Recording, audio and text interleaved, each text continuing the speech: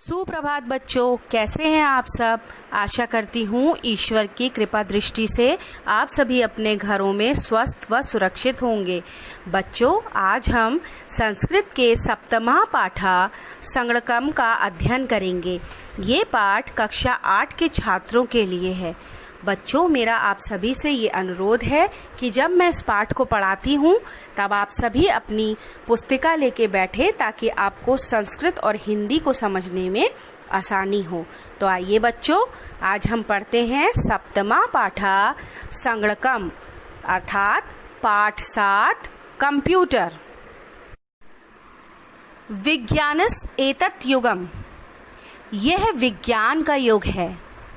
अत्र कुत्रापि दृष्टि गच्छति तत्रैव विज्ञानेन आविष्कृत किमपि दृश्यते। जहाँ कहीं भी नजर जाती है वहाँ विज्ञान से आविष्कृत किया गया कुछ दिखाई देता है। गृह स्यात् कार्यालय व अपर्ण स्यात् उद्योगालय व सर्वत्र विज्ञानस्य चमत्कारान् पश्याम। घर या कार्यालय हो, बाजार या कारखाना हो, सभी जगह विज्ञान के चमत्कार दिखते हैं। अपि चंद्र यात्रा भवेत् मंगल यात्रा वा ननुभूयते किमपि कौतुकदमद्य। चंद्रमा की यात्रा या मंगल की यात्रा हो, कुछ भी अद्भुत अनुभव नहीं किया जाता है। नवीने आविष्कारेण विगतः आविष्कारा अतिक्रांतता भवति। नए आविष्कार के द्वारा पिछला आविष्कार पिछड़ा होता है। कि यंत्रमपि मस्तिष्क युक्तमविः प्रभावति इति केन पूर्व चिंततम।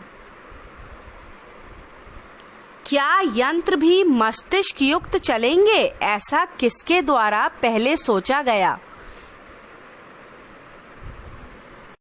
पर सत्यमेव वर्तते यत् मस्तिष्क्यपि भवति यंत्रेषु। लेकिन सच में यंत्रों में भी मस्तिष्क होता है। तानि यंत्राणि अकर्ण्यन्ति विचारयन्त्रति विचारस्य पश्यतः च समुचितानि उत्तराण्यपि ददति। ये यंत्र सुनते हैं, सोचते हैं और सोचने के बाद में अत्यंत उचित उत्तरों को देते हैं। तो आइए बच्चों, अब आगे का अध्ययन करते हैं। किमेतत् यंत्रम किम अवगत युष्माभिः एतस्याम्यभामि अति संगणकम् इति। ये कैसा यंत्र है, क्या आप समझे। इसका नाम कंप्यूटर है। महात्सवर्णेन कीर्त वस्तूनानि मूल्य गणना महत्सतु जलपान गृहदस्तु मूल्य पत्रकः च गणना निमिषेण संगणकारस्य सहायता भवति।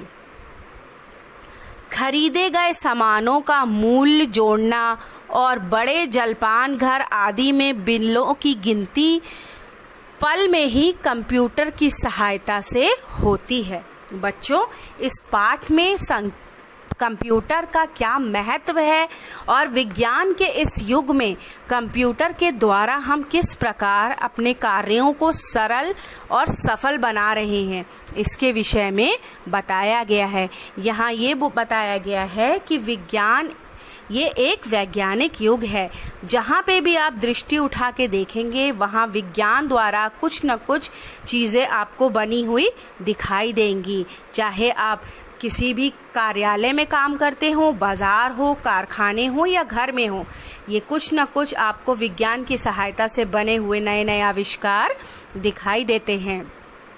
चंद्रमा की यात्रा या मंगल की यात्रा हो, ये एक अनोखा अनुभव नहीं है, ये सब हम कर चुके हैं। और ये कहा जाता है कि जो यंत्र हैं, जो मशीनें हैं, क्या वो मस्तिष्क युक्त होती हैं, अर्थात उनमें सोचने समझने की क्षमता होती है। हाँ, ये चीज़ों को समझते हैं, सुनते हैं और फिर बहुत सोच समझकर उसका उत्तर देते हैं। यही इसी प्रकार का एक यंत्र है कंप्यूटर, जिसके द्वारा बहुत से कार्यों को किया जाता है। जैसे कि बाजारों में जो सामान खरीदते हैं लोग, उनके मूल्यों को जोड़कर बिल बनाना, बड़े बड़े जलपान गृह जब होते हैं, जब जलपान की योजनाएं की जाती हैं, तो उसमें जो बिल होते हैं उनकी गिनती कंप्यूटर के द्वारा ही की जाती है। तो आइए बच्चों, अब आगे का अध्ययन करते हैं। एतत् संगणकः द्विविधा भवति, अंडिकान् विश्लेषणा च। ये कंप्यूटर दो प्रकार के होते हैं, आंकिक और विश्लेषक। प्रथमेव तवान् विश्वमं तापमामि गणना विधान क्षेत्रनेव भवति। पहले के द्वारा अत्यंत विषम गणनाएं पल में ही होती हैं। निर्वाचनस्य मतगणना वा स्यात्, चंद्र यात्रा कार्यक्रमा वा स्यात्, अथवा विविधाना परीक्षाणा परिणामस्य प्रकाशन भवेत्। सर्वमपि अनेक अंगिकेन संगणकेन यथार्थ शीघ्रात् च क्रियते। निर्वाचन के वोटों की गिनती हो, या चंद्रमा की यात्रा का कार्यक्रम हो, या विभिन्न परीक्षाओं का परिणाम का प्रकाशन हो, सभी अंकिक कंप्यूटर से यथार्थ रूप से और शीघ्रता से किया जाता है।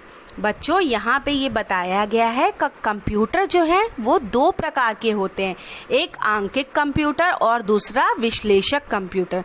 आंकिक कंप्यूटर के द्वारा चाहे मतगणना हो, या वोटों की संख्याओं को गिनना हो, या चंद्रमा की यात्रा के लिए जो कार्यक्रम हो रहे हों, या किसी भी प्रकार की विभिन्न प्रकार की जो परीक्षाएं होती हैं उनके रिजल्ट बनाने में इन आंकिक कंप्यूटरों का प्रयोग किया जाता है। तो आइए बच्चों, अब आगे का अध्ययन करते हैं। द्वितीयेत च समस्या समाधान विश्लेषण च क्षणेन भवति। और दूसरे से समस्याओं का समाधान और विश्लेषण पल भर में होता है। विविधानान्वेषणाय समस्या विश्लेषणार्थ विविधानि संगणकानि भवन्ति।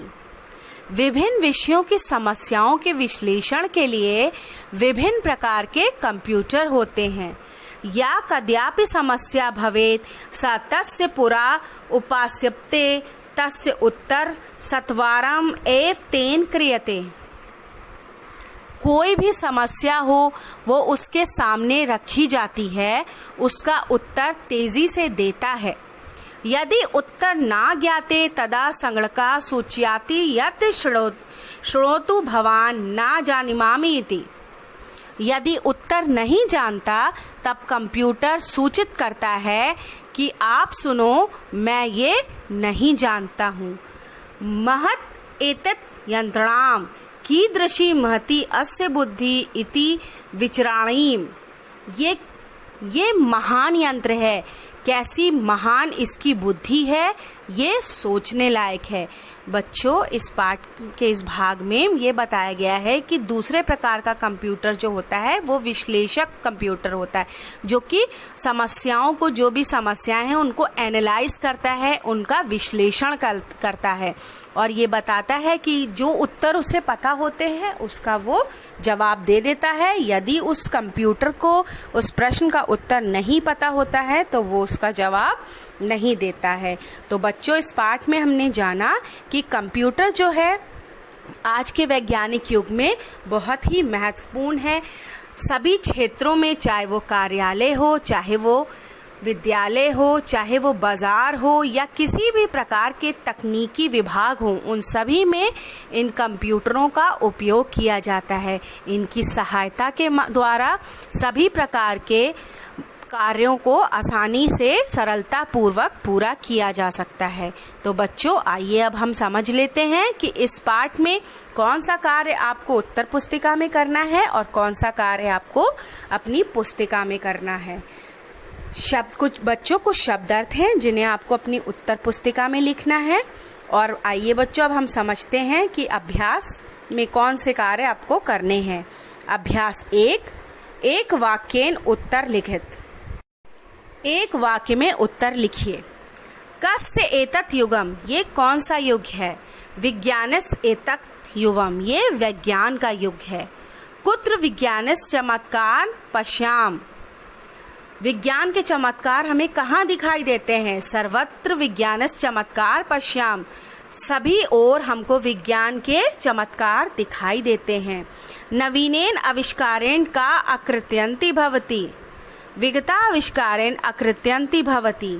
घा एतत् संगणका कतिविधा भवति, एतत् संगणका द्विविधा भवति, अंगिकः और विश्लेषका च। कंप्यूटर के कितने प्रकार के कंप्यूटर हैं? 2 प्रकार के, एक जो है अंकिक है और दूसरा जो है विश्लेषक कंप्यूटर होता है। विश्लेषण संगणके की भवति, विश्लेषक कंप्यूटर का किस प्रकार से प्रयोग होता है? समस्यायां समाधान विश्लेषका च क्षणेनैव भवति, समस्याओं के समाधान के लिए विश्लेषक कंप्यूटर का प्रयोग किया जाता है। दूसरा अभ्यास है पाठ अनुसारेण रिक्त स्थाने पूर्यति, पाठ के अनुसार रिक्त स्थान भरिए। नवीनेन डैश विगता अनाविष्कारेण डैश अतिक्रांति भवता, तो इसमें आप पहले भरेंगे अनाविष्कारेण और दूसरा आविष्कारः। ख की यंत्रमपि डैश प्रवृत्ति, यहाँ पे लिखेंगे मस्तिष्क युक्त, किस प्रकार के यंत्र हैं ये? मस्तिष्क युक्त।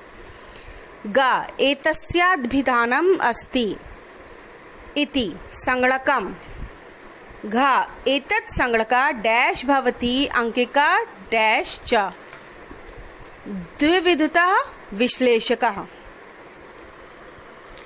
कीदृश महति अस्या डैश इति विचारणी बुद्धि। अभ्यास 3 अधोलिखिताना परस्पर मेल कुरुत, निम्नलिखित का परस्पर मेल कीजिए। समस्यानां समाधानां, महत्सु अपण्येषु, महता यंत्रम, महति बुद्धि, विविधानि संगणकानि नवीने आविष्कारेण। आइए बच्चों अब आगे के अभ्यास को समझ लेते हैं।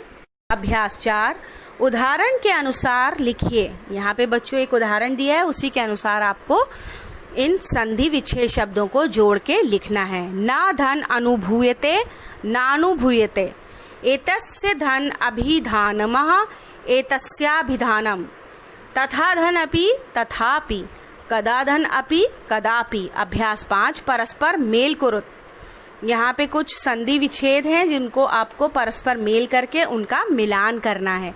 तत्र धन एव तत्रैव, किम धन अपि किमपि, उत्तराणि धन अपि उत्तराण्यपि, क्षणेन धन एव क्षणेनैव, का धन अपि कायपि, कौतुकम धन अध कौतुकमध। अभ्यास 6 विभक्ति वचन चा लिखित, विभक्ति और वचन लिखिए। बच्चों यहाँ कुछ शब्द हैं जिनके आपको विभक्ति और वचन लिखने हैं। संगणकानि, विभक्ति है प्रथमा, वचन है बहुवचन। नवीनेन, विभक्ति है तृतीया, वचन है एक वचन। महत्सु, विभक्ति है सप्तमी, वचन है बहुवचन। वस्तूनाम, विभक्ति है षष्ठी, वचन है बहुवचन।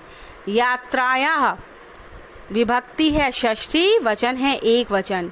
बुद्धि, विभक्ति है प्रथमा और वचन है एक वचन। तो आशा करती हूँ बच्चों ये पाठ आपको समझ में आ गया होगा। अब इस पाठ से संबंधित सभी कार्य आपको अपनी उत्तर पुस्तिका और साथ साथ पुस्तिका में भी करना है। धन्यवाद।